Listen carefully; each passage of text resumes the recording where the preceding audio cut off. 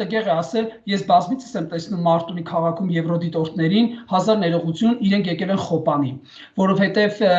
իրենք ընդհանրեն այստեղ Եվրամիության դրոշը տնկացման են գալիս եւ կներեք, զվռնում են փողոցներով, այս ռեստորանից են, ռեստորան,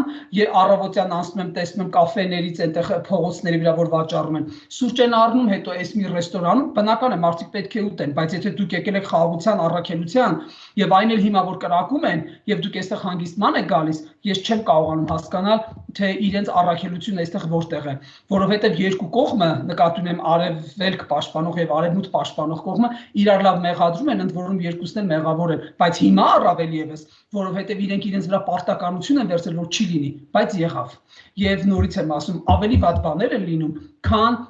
որ մենք մեր հասարակությունը գիտի։ Եվ զբաղված են միայն այստեղ այնտեղ, ընդ որում սանկցիա կիրառելով, հա, Ռուսաստանի